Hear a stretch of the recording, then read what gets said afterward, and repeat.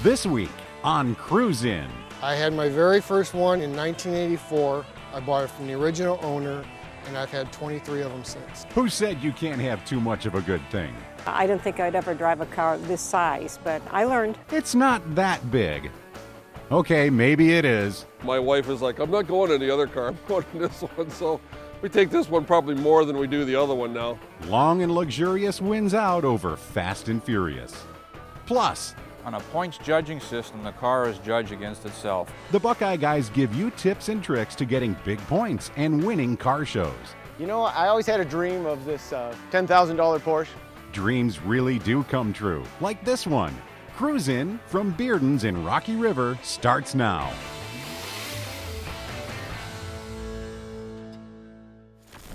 Hi everybody and welcome to Cruisin'. I'm Scott Miller, and on Monday nights in Rocky River, Ohio, well, since 1948, Bearden's restaurant has been around for great burgers and shakes, but when you want to see some great cars, it's a Monday night Cruisin', and that's why we're here. Let's go check it out. Judy, they say if you want to be bold, you got to go black. And you are making a bold, beautiful statement with a 1958 Impala. What about this says it's you? Well, it actually was my husband's car. He purchased that. This was what he always wanted. He had one when he was younger. It was an Aegean turquoise 58 Impala, and he always wanted one, so 5 years ago he purchased this from South Carolina. Had it brought up. Unfortunately, he passed away, and I had considered getting rid of the car, selling it, and I changed my mind, and I didn't think I'd ever be able to drive it. Thanks to my friend, he helped me learn how to drive the car, so I now drive it. Now, prior to his passing, had you driven the car? Never. I didn't think I ever would. No, the car intimidated me, and I didn't think I'd ever drive a car this size, but I learned. When you got the car and your husband got the car, did it look exactly the way we see it today? Was there anything changed on it? The only thing that we did to the car is new tires on it. Otherwise, it's the same. How often does the car go out? I take it out probably around 3 times a week, sometimes 4. We go to a lot of cruise-ins, and I do have another car also, but I prefer this one, just more maybe because it's sentimental for me. Now, when you take a look at the inside of the car, there's not a lot of hospital operating rooms that are that clean. How much time do you spend keeping the upkeep? Oh, about every time I go out, I polish it up a little bit, and I maybe 2-3 times a week run a little vacuum on the floor, so I do keep up with it. Could you ever go back just to a regular old small import daily driver, or is this is your future? No, well, I do have a daily driver, but this one is my cruising car, and it's a big car for me, you know, to drive, but I manage. All right, so let's get into some details. What's under the hood? A 350 engine. And that's the original engine? No. So there was some engine modification done, or at least an upgrade from what was the factory? Correct. Yeah. How about original miles? Never showed. It never worked, you know, the odometer, so that we don't know. So it's just a guesstimate at this point? It's a guesstimate, yeah. Well, it looks like it barely goes anywhere. It's that pristine. Well, it stays in my garage, you know, until it goes out, and I pull it out just before I'm ready to leave, maybe clean it up a little bit, and then off I go. Now, I would assume that you know every nuance of the car. And if I say it's immaculate, you could say, oh no, I can show you. Now, that's really not what we're interested in. Would you ever walk past it and see something or something catch your eye that says, you know, I didn't know that, but boy, I sure do like that. Yeah, well, I noticed some things that, you know, a few scratches here and there that I didn't notice previously, and a few little dents here and there that I put in it. And, you know, the garage is kind of tight, so. But that's part of the learning process, and now it has some of Judy's character in it as well. It sure does, yeah. Judy, thank you very much for being on the show. Oh, well, thank you very much. It's my pleasure. Chris, 1973 Monte Carlo, I got to ask you, is it one of those things where once you're in the Monte Carlo family, you can't get out? Yes. Or, yeah. I had my very first one in 1984. I bought it from the original owner, and I've had 23 of them since. 23. Yes, sir. Please repeat that. 23. And so we're looking at just the one now. Are you down to one? Yes. Okay. I have, one time in the mid-90s, I had 4 of them. I had 4 73s and a 74. What made you finally settle on the 73? My uncle had parts, my father had parts, and it was in my blood. Okay, you're saying parts.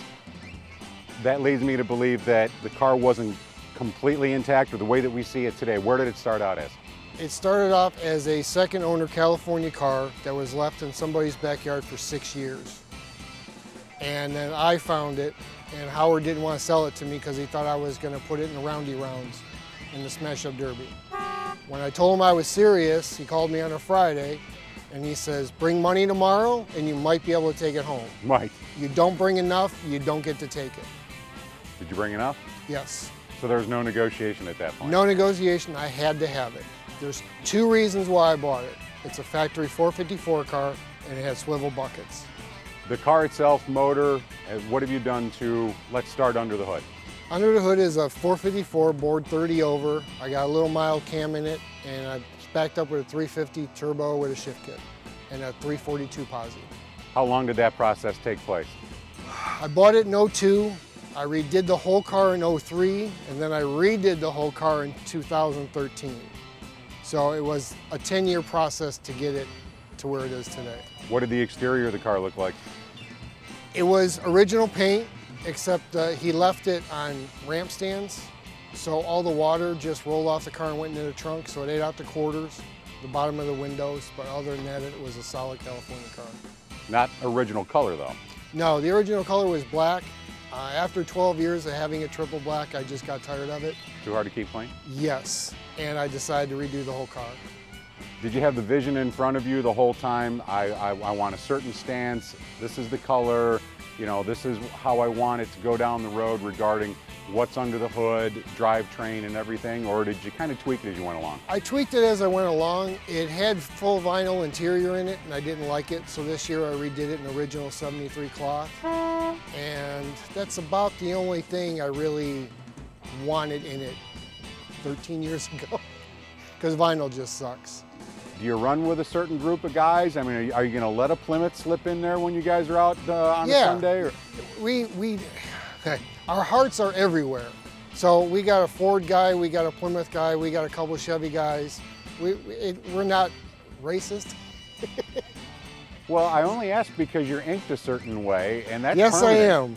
Yes, it is. I got this one in 02, and it's the identical to my trunk emblem, and then I just got these the past year ago. I wanted to be different. Chris, thanks for being on Cruisin'. Thank you for inviting me. Well, the music's great, the burgers are great, the shakes are great, the cars are great. We're kind of looking for a Cadillac though, so I want you to stick around. There's more coming up on Cruisin'.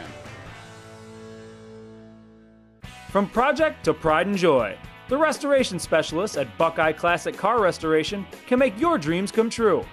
Our master body, paint, and mechanical technicians have over 100 years of experience. They do research, can communicate every detail of the restoration process, and their restorations win big-time awards. Buckeye Classic Car Restoration cars have been winning awards since 2001. Let the restoration specialists at Buckeye Classic Car Restoration turn your project into an award winner. Welcome back to Cruisin'. Donald Jankowski. Now, your car is a little bit longer than your name. As a matter of fact, I think we stopped traffic when it rolled in only because we needed to actually adjust the time zone by the time the tail end got in. 225 inches of Cadillac, yeah. What makes you say I got to be a Cadillac guy? Well, I never really thought about it until I got the car. And I bought this car, about 18 months ago, just to use as a temporary replacement for my other car, which is more of a hot rod. But having the convertible and the ride of the Cadillac, and my wife is like, I'm not going in the other car, I'm going in this one. So we take this one probably more than we do the other one now. So she's finally traded in the bump and the thunder of a hot rod to say, I need some comfort. Well, no, I still have the bump and thunder. It just most of the times when she's with me, we're in this car, that's all. How'd you come about the car? Well, a good friend of mine owned it. He also is an ardent cruiser. And he just mentioned to me in passing last year that he was going to sell this one. He gave me a price and I liked it and I bought the car. And like I said, it was just going to be a temporary fill-in for my other car. But it's darn nice riding around that top down, I got to tell you. So in the process, you being a hot rod guy, now you're flipping over. Do you trust a good friend to say, hey, this is the way you want to go, or this is a great car? Or do you do the research and say, well, what kind of motor was in the DeVille in 1970? And, you know, the suspension, what were the options? Things like that. Well, I'm pretty familiar with a lot of cars. I mean, I've worked on cars like this in the past. I mean, I knew mechanically what it was, everything about it, the engine, the transmission. And coming from who I bought it from, I was trusted emphatically. I mean, like we've said many times, I wouldn't hesitate to jump in this car and drive to California. So, but it's not a show queen or anything like that. It's just a fun car to drive, and we enjoy taking it out on warm summer nights. And it's like I said, with the top down, you can't beat it. Well, that leads me to my next question. It's not a show car, and certainly it shows its age in a couple of different places. Certainly, I hope you don't take offense to that. No, you're absolutely right. But is there a temptation to say, hey, I want to take this back to the way it looked the day it rolled off the showroom floor. I want to do a complete restoration, or let's tweak it a little bit. That is in the back of my mind. I'm rolling that around, and actually I'm going to start weighing very soon what's more prudent, to do that, to restore this car to its original luster, or to look for something else that maybe is not quite so much work. Because like I said, I'd have to replace some body panels and some things like that if you really want it to be original and to look good. But like I said, I don't know. I mean, what's one versus the other, and like I said, as far as that goes, what the deciding factor will be the cost involved. Now they say cost, meaning top goes down, price goes up. Now when you bought it from your friend, was that part of the negotiating factor? Was it like, hey dude, no, actually it was not. He gave me an excellent price on this car. Yeah, I know the saying, top goes down, price goes up, but not in this case. It was just, like I said, he had it. He was reducing his inventory, shall we say, and he gave me a really good price on it, so I bought it from him. Now there's been a couple of modifications made, only just to kind of, get the seats right. I noticed that we've moved into digital technology when it comes to audio. Well, the radio works. The radio does work. It plays two stations, one AM and one FM. So I kind of use the iPod and the speaker as a backup, and but it's like I said, it's everything. But essentially everything on the car works. So it's I like it. It's a lot of fun. Coming up. Yes, furniture polish. Well, actually, it's a wax, and it'll make that engine shine. The Buckeye guys share their tips and tricks to winning at a concourse show. Next on Cruise In.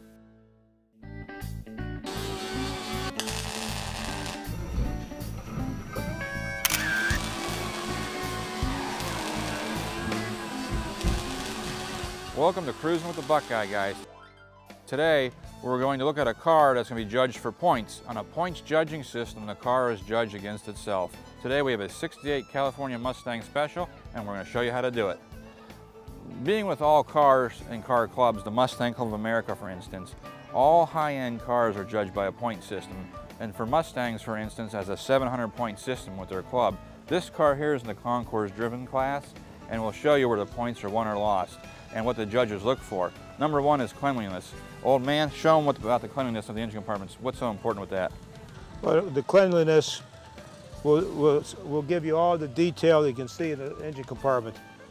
If there's any stretch marks in the steel, the nuts and bolts, stickers that are on it, that are decals.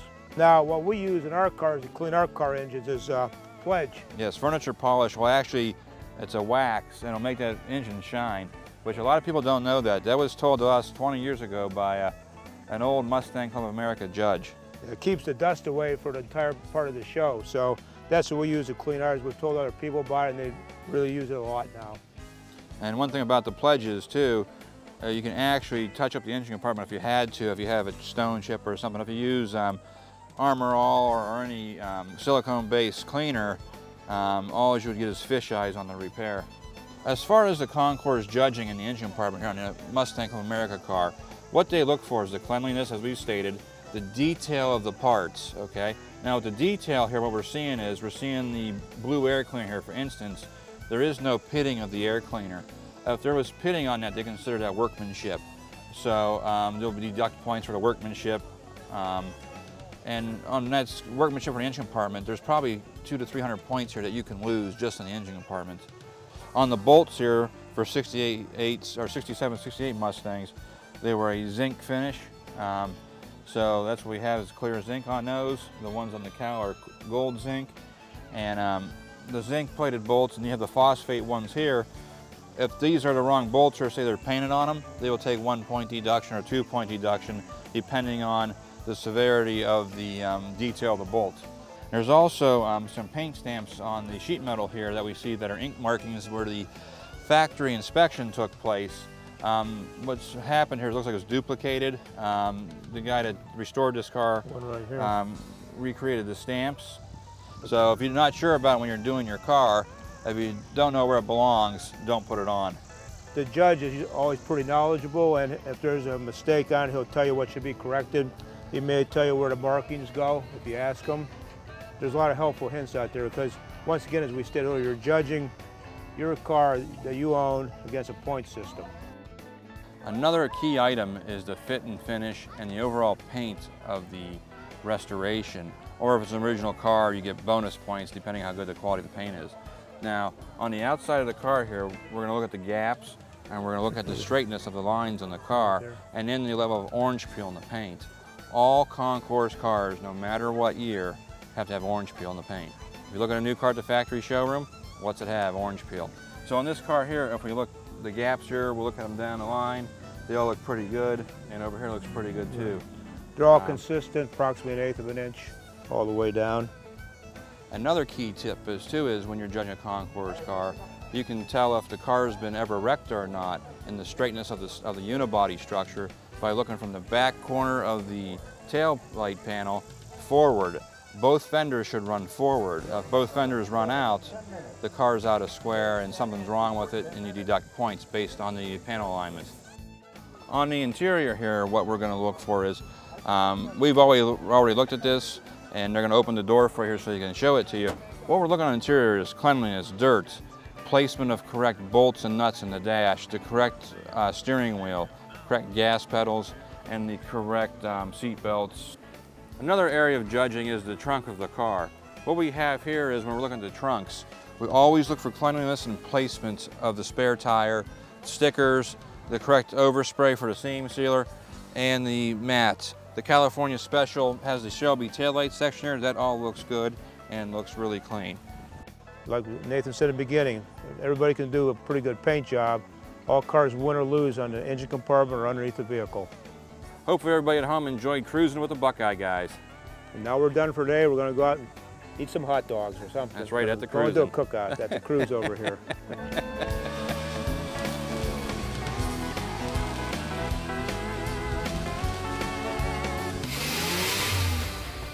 Coming up on Cruisin'. It sounded like my grandfather's old red McCormick tractor. Yeah, but it corners pretty well. That's next on Cruisin'.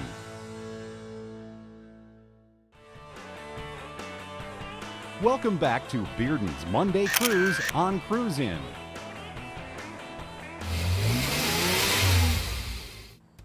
Greg, 72 Porsche 914.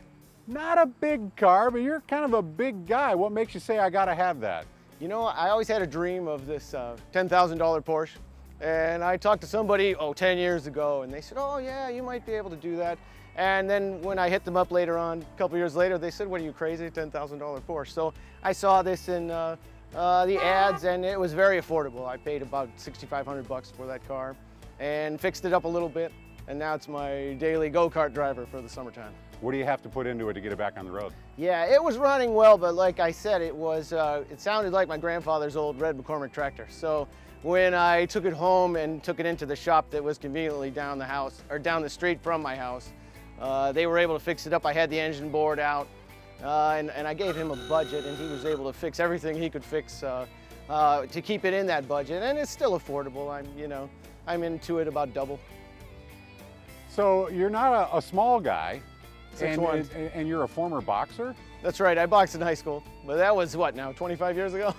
But so you didn't buy a boxer, you said give me the 914. That's right. Or whatever was available. And yeah, I'm a little bit of a history buff. I do guitars too, and it wasn't exactly what I wanted, and that's kind of how I do guitars as well. But if it's close enough and it's vintage like this, 72, that works for me. So in the Porsche family, as far as manufacturing goes, where's the 72 914 come from? 72, I think they started in 1970, and it was the entry-level Porsche for the United States, built by Volkswagen. This came out of the Carmen plant, and the Porsches come out of Stuttgart. Now this one is the four-banger, or the flat four boxer engine, believe it or not, and comes out of Stuttgart. And then some of the cars, 500 of these, were built by Porsche with real Porsche 914-6 engines in them. A lot faster, but this one handles just as well.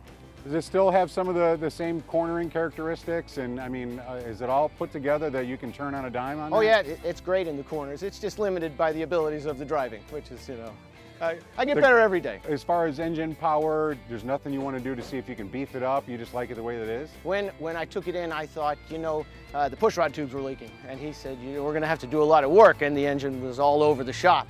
And I said, well, we've done this, why don't we just convert it to the 914-6? And he said, oh, well, Greg, you got to get the engine. And I said, okay, I didn't realize. So yeah, we juiced it up very well. It sounds great, it has good power. They always run the compression test, and the mechanic down in North Olmsted, he loves it. He loves the little car. And it's powerful, and it sounds good. Is it a chick magnet? Not really. That's more maybe my beard. That's definitely the chick magnet. There you go. Appreciate you being on with us, Greg. Thanks, Scott. No matter where the cars come from or where the people come from, when you find a quaint little place like Bearden's, since 1948, great steak burgers, milkshakes, fries, well, you bring the cars in, you cruise in on a Monday night, and you have a great time. We certainly hope you enjoyed the show. Maybe next time we'll find out who owns this Mustang right here. In the meantime, tune in next time on Cruise In.